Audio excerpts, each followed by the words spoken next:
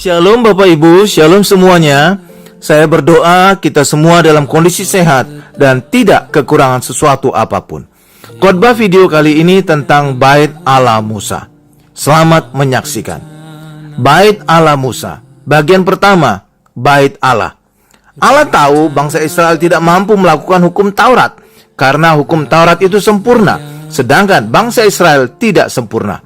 Itulah sebabnya ketika Allah memberi 2 loh batu hukum Taurat di puncak Gunung Sinai, Allah juga menunjukkan rancangan Bait Allah kepada Musa. Keluaran 26 ayat 30. Bait Allah ini sebagai solusi jika bangsa Israel gagal melakukan hukum Taurat.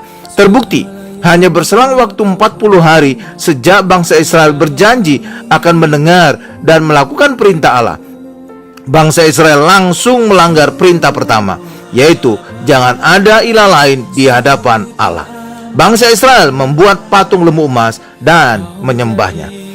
Ketika orang Israel berdosa, maka dia harus datang ke Bait Allah dengan membawa domba korban penebus dosa ke Bait Allah. Domba ini diperiksa dan dikorbankan oleh imam. Ini gambaran kelak Tuhan Yesus. Ketika orang berdosa, maka harus datang kepada Tuhan Yesus untuk beroleh pengampunan dosa. Tuhan Yesus adalah Bait Allah yang sebenarnya. Tuhan Yesus adalah anak domba yang sebenarnya. Tuhan Yesus juga imam yang sebenarnya. Penebusan Tuhan Yesus berlaku untuk selama-lamanya. Tuhan Yesus berkata, di sini ada yang melebihi Bait Allah. Matius 12 ayat 6. Orang Kristen sekarang adalah Bait Allah karena Roh Allah ada di dalam kita. 1 Korintus 3 ayat 16. Karena itu orang Kristen selalu mengalami pengampunan dosa selamanya. Orang Kristen adalah imam, yaitu imamat yang rajani. Orang Kristen juga harus menerima korban Tuhan Yesus, yaitu perjamuan kudus. Pada Bait Allah Musa ada tiang awan pada siang hari dan tiang api pada malam hari. Tiang awan pada siang hari membuat bangsa Israel nyaman karena tidak mengalami terik sinar matahari. Sedangkan tiang api pada malam hari memberikan kehangatan dari udara dingin di padang gurun. Sekarang orang Kristen punya tiang salib Tuhan Yesus yang jauh lebih dahsyat karena memberikan kenyamanan, karena memberi keselamatan, kesembuhan, berkat dan perlindungan bagi kita. Bait Allah ada di tengah-tengah perkemahan bangsa Israel sebagai gambaran penyertaan Allah atas bangsa Israel. Yang unik, Allah menyusun perkemahan bangsa Israel membentuk salib Yesus. Ketika Bileam akan mengutuk bangsa Israel, tidak bisa. Justru Bileam mengatakan berkat. Jika pada perjanjian lama saja bayangan salib Yesus bisa melindungi bangsa Israel dari kutuk dan kuasa gelap, apalagi sekarang ini orang Kristen yang hidup dari karya salib Tuhan Yesus. Perkemahan suku Lewi sebagai suku imam mengelilingi Bait Allah dengan posisi paling dekat, terbagi atas 4 kelompok. Pertama, Musa, Harun dan anak-anaknya. Kedua, suku Lewi kaum Kehat. Ketiga, suku Lewi kaum Gerson. Dan keempat, suku Lewi kaum Merari. Sedangkan perkemahan suku-suku yang lain setelah suku Lewi. Sejak adanya Bait Allah, suku Lewi seperti dibedakan dengan 11 suku yang lain. Setiap sisi Bait Allah ada 3 kelompok suku Israel yang totalnya 12 suku. Tapi suku Lewi tidak dihitung. Posisi suku Lewi digantikan oleh suku Yusuf yang mendapat 2 porsi, yaitu Efraim dan Manase. Jadi ada 4 kelompok suku yang mengelilingi Bait Allah. Kelompok pertama, Yehuda, Isakar dan Zebulon. Kelompok kedua, Ruben, Simeon dan Gad. Kelompok ketiga, Efraim, Manase, Benjamin. Kelompok keempat, Dan, Asher dan Naftali. Bilangan 2 ayat 1 sampai dengan 30. Setiap kelompok itu mempunyai panji atau bendera, yaitu gambar singa, gambar anak lembu, gambar manusia, dan gambar burung Raja Wali. Ini adalah gambaran 4 makhluk di Bait Allah yang disebutkan di kitab Yeskiel 1 ayat 10 dan kitab Wahyu 4 ayat 7. Dan ini juga gambaran keempat Injil, Matius, Markus, Lukas, Yohanes. Bait Allah terbagi atas 3 bagian, yaitu ruang Maha Kudus, ruang kudus, dan halaman atau pelataran. Bagian yang paling luas adalah halaman, sedangkan bagian yang paling kecil adalah ruang Maha Kudus. Orang Kristen atau gereja adalah bait Allah, 1 Korintus 3 ayat 16. Maka orang Kristen atau gereja juga terbagi atas 3 level, yaitu level ruang Maha Kudus, level ruang kudus, dan level halaman. Mayoritas orang Kristen atau gereja adalah level halaman, sedangkan yang minoritas adalah level ruang Maha Kudus. Dalam kitab Wahyu ada disebutkan 7 gereja yang ditegur oleh Tuhan Yesus, yang menjadi gambaran gereja pada umumnya. Jika ingin sempurna, orang Kristen atau gereja harus naik ke level ruang Maha Kudus, yang digambarkan oleh Rasul Yohanes naik ke ruang Maha Kudus yang ada tata Allah. Jika orang Kristen atau gereja tidak mau naik ke level ruang kudus atau ruang Maha Kudus, maka orang Kristen atau gereja akan mengalami aniaya dan diinjak-injak bangsa lain. Wahyu 11 ayat 2. Untuk naik ke ruang kudus, orang Kristen harus hidup dalam kekudusan.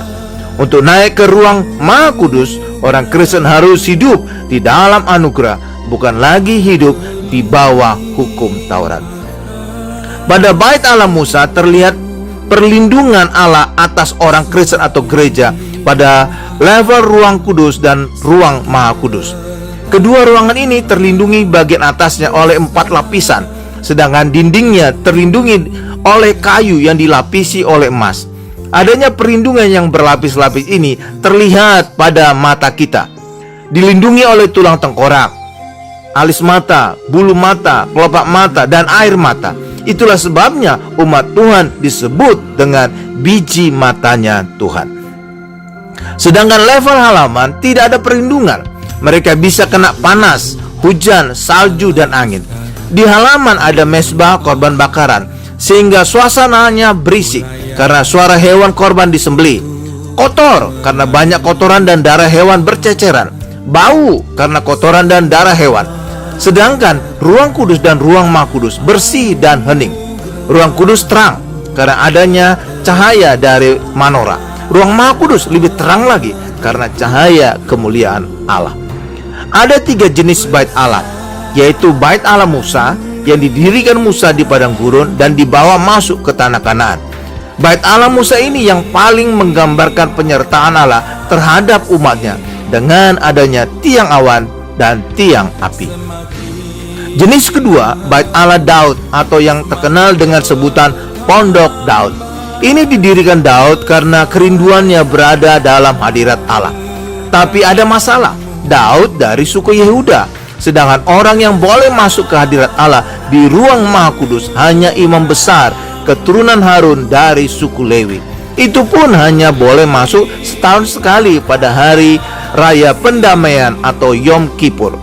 Daud cerdik, ia tidak bisa masuk ke hadirat Allah, maka ia bawa hadirat Allah datang kepadanya dengan membawa tabut perjanjian yang ada di bait Allah di bukit Kiryat Yarim. Semula Daud salah membawa tabut perjanjian dengan cara menaruhnya pada kereta yang ditarik oleh lembu. Ini cara yang dilakukan oleh orang Filistin ketika mereka mengembalikan tabut perjanjian yang mereka rampas. Kedua kalinya Daud bertanya kepada para imam cara yang benar, yaitu tabut harus dipikul oleh 4 imam di bahunya. Akibat kesalahan ini terjadi korban usah mati disambar Allah karena memegang tabut perjanjian. Niatnya baik karena mencegah tabut perjanjian terguling. Daud menaruh tabut perjanjian di Bukit Sion pada sebuah tenda atau pondok. Pondok inilah yang kemudian dikenal sebagai Pondok Daud atau Camp David. Adanya pondok ini membuat Daud dan orang Israel dapat datang ke hadirat Allah dengan bebas. Tidak lagi dibatasi hanya imam besar saja setahun sekali. Daud dan orang Israel dapat memuji dan menyembah Allah dengan bebas. Allah rupanya berkenan atas pondok Daud, sehingga menubuatkan akan memulihkan pondok Daud pada akhir zaman, sehingga semua bangsa bisa datang ke hadirat Allah. Kisah Rasul 15 ayat 16 sampai dengan 17. Sekarang Pondok Daud sudah terjadi pada gereja-gereja sekarang ini dengan adanya pujian penyembahan yang meriah di gereja-gereja. Jenis bait Allah ketiga adalah bait Allah yang dibangun oleh Salomo. Bait Allah ini bukan lagi dalam bentuk tenda, tetapi bangunan permanen yang besar dan indah. Ketika bait Allah selesai dibangun oleh Salomo, maka berakhir pula Pondok Daud, karena Tabut Perjanjian kemudian dipindahkan ke bait Allah Salomo. Bait Allah ini kemudian diperbesar dan diperindah oleh Raja Herodes. Bukan karena Raja Herodes sudah bertobat, tetapi alasan politis, yaitu mengambil hati orang Yahudi. Karena Herodes bukan orang Yahudi, tetapi keturunan Esau. Pada akhir zaman, orang Israel akan membangun bait Allah yang dikenal dengan bait Allah ketiga. Sepertinya bait Allah ini meniru bait Allah Salomo. Desain bait Allah ketiga telah dibuat di The Temple Institute di Yerusalem. Segala persiapan telah dibuat, tetapi ada masalah besar, yaitu lokasi yang menjadi tempat akan dibangunnya bait Allah itu. Telah ada masjid besar, Dome of the Rock, yang menjadi salah satu tempat suci orang Muslim. Orang Kristen tidak boleh senang akan pembangunan bait Allah ketiga, karena pembangunan bait Allah ketiga ini berarti menolak Tuhan Yesus sebagai bait Allah sebenarnya, dan orang Kristen adalah bait Allah juga. Allah telah menolak bait Allah buatan tangan manusia, yang terlihat dari runtuhnya ruang Maha Kudus dan robeknya tabir bait Allah saat kematian Tuhan Yesus disalib. Bagian kedua, pagar dan pintu bait Allah.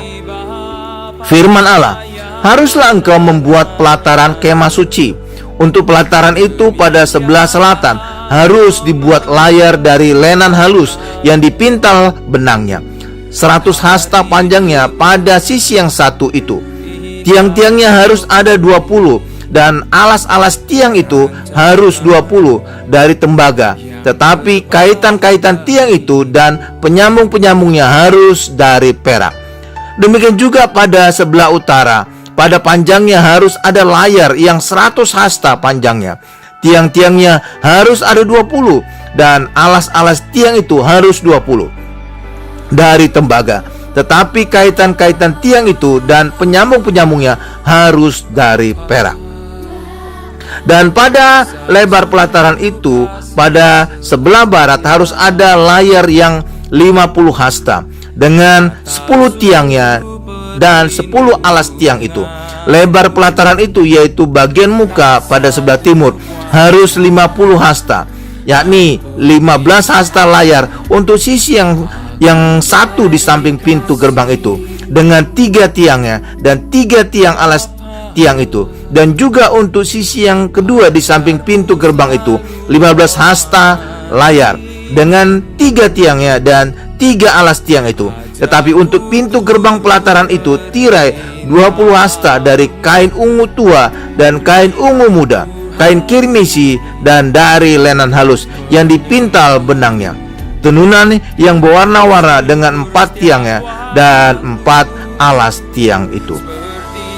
Segala tiang yang mengelilingi pelataran itu haruslah dihubungkan dengan penyambung-penyambung perak, dan kaitan-kaitannya harus dari perak dan alas-alasnya dari tembaga. Panjang pelataran itu harus 100 hasta, lebarnya 50 hasta, dan tingginya 5 hasta dari lenan halus yang dipintal benangnya, dan alas-alasnya harus dari tembaga. Adapun segala perabotan untuk seluruh perlengkapan kemah suci dan juga segala patoknya dari segala patok pelataran, semuanya harus dari tembaga. Keluaran 27 ayat 9 sampai dengan 19. Ada 3 tirai atau pintu masuk ke bait Allah. Paling luar, pintu untuk masuk ke bait Allah. Pintu berikut adalah untuk masuk ke ruang kudus, dan pintu terakhir untuk masuk ke ruang Maha Kudus. Tuhan Yesus berfirman, "Akulah jalan dan kebenaran dan hidup.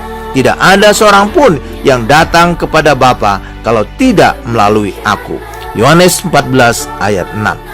Ternyata pintu terluar untuk masuk ke bait Allah disebut jalan. Pintu untuk masuk ke ruang kudus disebut kebenaran. Sedangkan pintu untuk masuk ke ruang Maha Kudus disebut hidup. Jadi Tuhan Yesus adalah 3 pintu untuk masuk ke hadirat Allah, untuk masuk ke tata Allah. Itulah sebabnya Tuhan Yesus berkata, tidak ada seorang pun yang datang kepada Bapa kalau tidak melalui aku. Pada pintu ketiga untuk masuk ruang Maha Kudus ditenun gambar kerub, Keluaran 26 ayat 31. Ini gambaran orang Kristen level ruang Maha Kudus punya malaikat yang mengawalnya. Ini juga gambaran adanya malaikat yang memakai pedang menjaga jalan ke pohon kehidupan pada masa Adam dan Hawa. Kejadian 3 ayat 24. Hanya imam besar setiap tahun pada hari raya pendamaian yang boleh masuk ke ruang Maha Kudus. Jika imam besar melakukan kesalahan pada saat berada di ruang Maha Kudus, malaikat inilah yang akan membunuhnya, dan mayat imam besar harus ditarik keluar dari ruang Maha Kudus. Ketika Tuhan Yesus mati di kayu salib, pintu ketiga ini atau tabir yang membatasi ruang Maha Kudus dan ruang kudus dirobek Allah. Matius 27 ayat 50 sampai dengan 51. Ada kebiasaan orang Israel akan merobek jubah mereka ketika mengalami kesedihan yang hebat. Robeknya tabir bait Allah ini gambaran kesedihan Allah yang hebat ketika Tuhan Yesus wafat di atas kayu salib.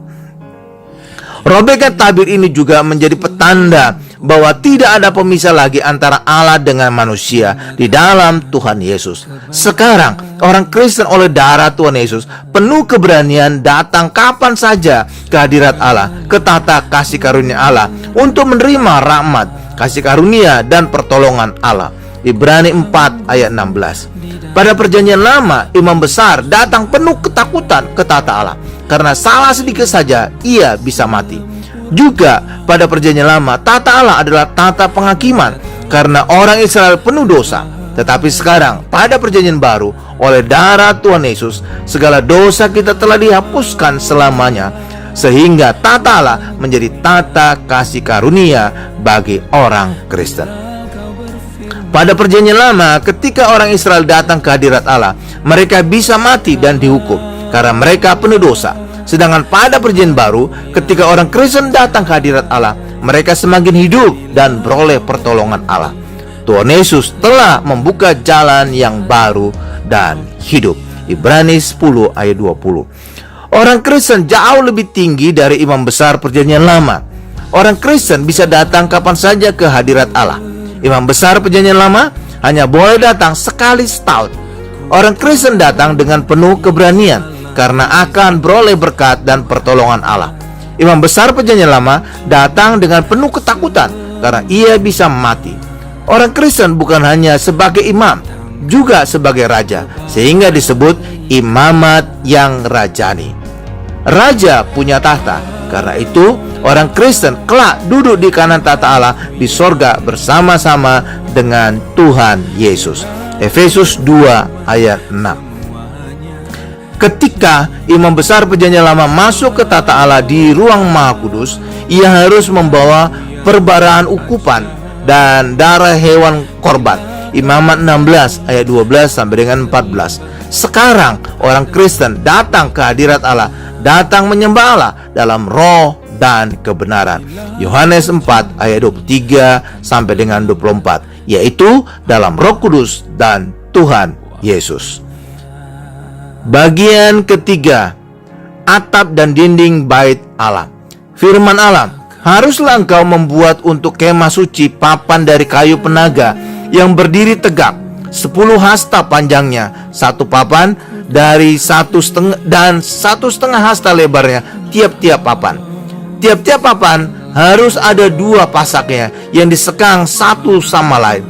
Demikianlah harus kau perbuat dengan segala papan kemah suci. Haruslah engkau membuat papan-papan untuk kemah suci, 20 papan pada sebelah selatan.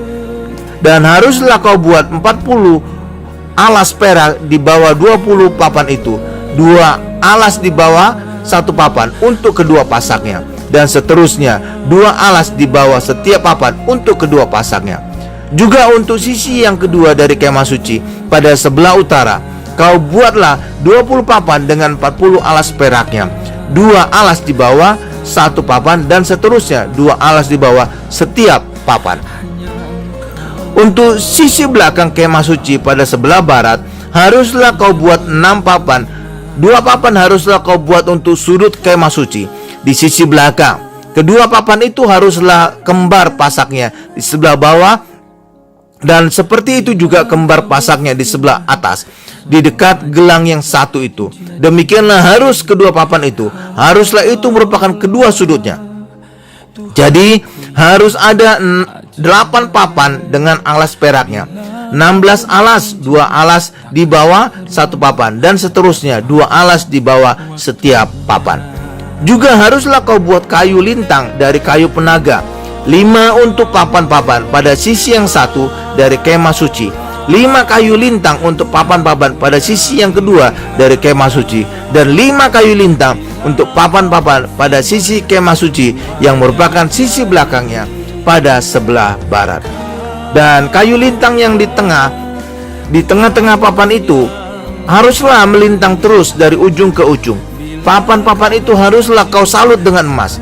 Gelang-gelang itu haruslah kau buat dari emas sebagai tempat memasukkan kayu-kayu lintang itu. Dan kayu-kayu lintang itu haruslah kau salut dengan emas. Kemudian haruslah kau dirikan kemah suci sesuai dengan rancangan yang telah ditunjukkan kepadamu di atas gunung itu. Keluaran 26 ayat 15 sampai dengan 30. Saya nyatakan dengan bahasa yang sederhana, ruang kudus dan ruang maha kudus dindingnya dibuat dari papan yang terbuat dari kayu penaga. Kayu ini diambil dari padang gurun. Ini gambaran orang Kristen yang Tuhan Yesus telah tebus dari dosa dan kematian. Padang gurun adalah gambaran kematian. Tuhan Yesus dicobai di padang gurun oleh setan. Manusia kemudian Allah bentuk menjadi sesuatu yang berharga, yaitu papan-papan tadi. Papan-papan ini kemudian didirikan bersamaan untuk membentuk bait Allah, khususnya ruang kudus dan ruang maha kudus. Gereja adalah kumpulan orang-orang percaya. Papan-papan itu didirikan pada 2 alas perak. Perak selalu berbicara tentang penebusan. Orang Kristen ditebus oleh kematian dan kebangkitan Tuhan Yesus. Papan-papan hanya membentuk ruang kudus dan ruang maha kudus. Artinya Allah ingin orang Kristen ada di ruang maha kudus, tetapi paling sedikit ada di ruang kudus. Jangan ada di halaman. Tetapi sayangnya orang Kristen justru mayoritas berada di level halaman. Gereja level ruang kudus saja yang digambarkan oleh 7 gereja dalam kitab Wahyu ditegur oleh Tuhan Yesus. Apalagi gereja level halaman yang tidak mengalami perlindungan dari Allah dan akan diinjak-injak oleh bangsa-bangsa lain. Papan-papan ini dipersatukan oleh kayu lintang. Allah ingin orang Kristen selalu dalam persekutuan. Ini juga digambarkan oleh perjamuan kudus. Papan-papan ini juga disalut dengan emas. Emas berbicara tentang kebenaran Allah. Orang Kristen dibungkus oleh kebenaran Allah, yaitu di dalam Tuhan Yesus. Orang Kristen harus melihat sesamanya sebagai orang benar, karena setiap kita telah dibungkus oleh kebenaran Yesus. Jika kita bisa melihat selumbar di mata orang lain, itu berarti kita tidak dibungkus oleh kebenaran Yesus, sehingga masih berupa balok atau papan yang belum disalut dengan emas. Matius 7 ayat 4. Ruang maha kudus setengah dari ruang kudus, sedangkan halaman yang paling luas. Firman Allah berkata, sebab banyak yang dipanggil tetapi sedikit yang dipilih. Matius 22 ayat 14. Orang Kristen level ruang maha kudus memang paling kecil, sehingga disebut kawanan kecil.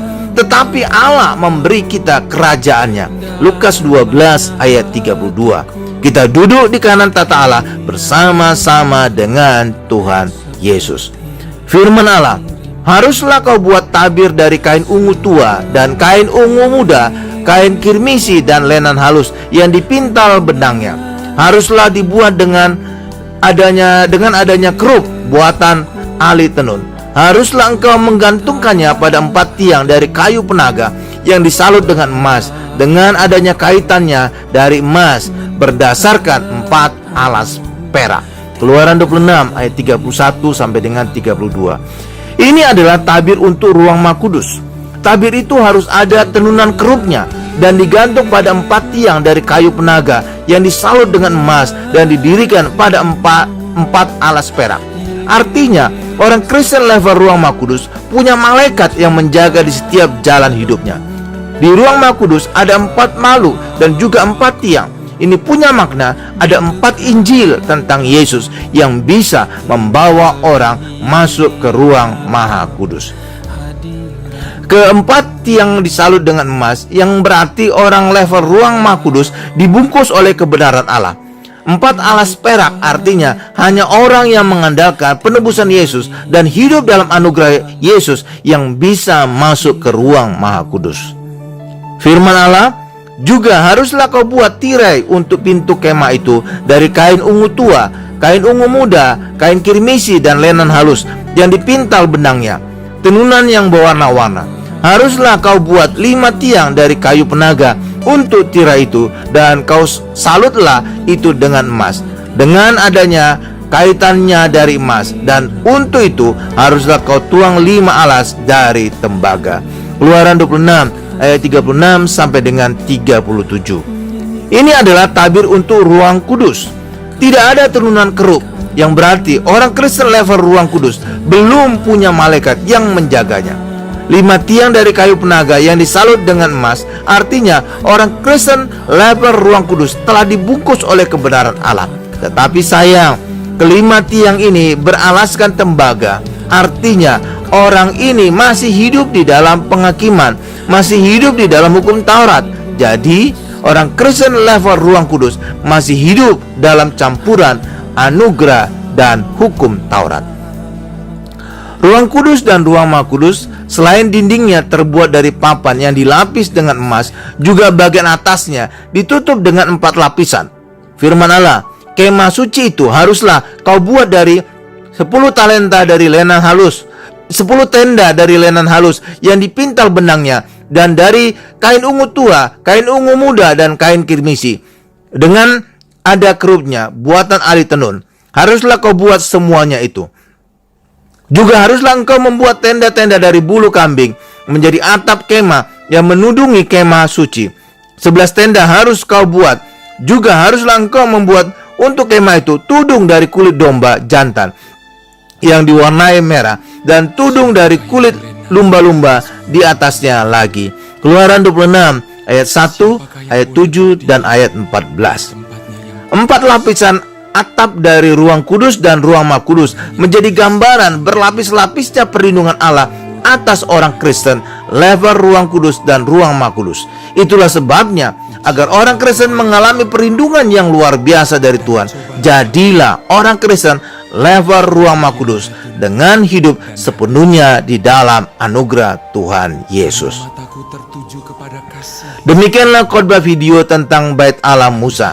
Semoga khotbah video ini menambah pengetahuan dan meningkatkan iman Bapak Ibu kepada Tuhan Yesus. Tuhan Yesus memberkati.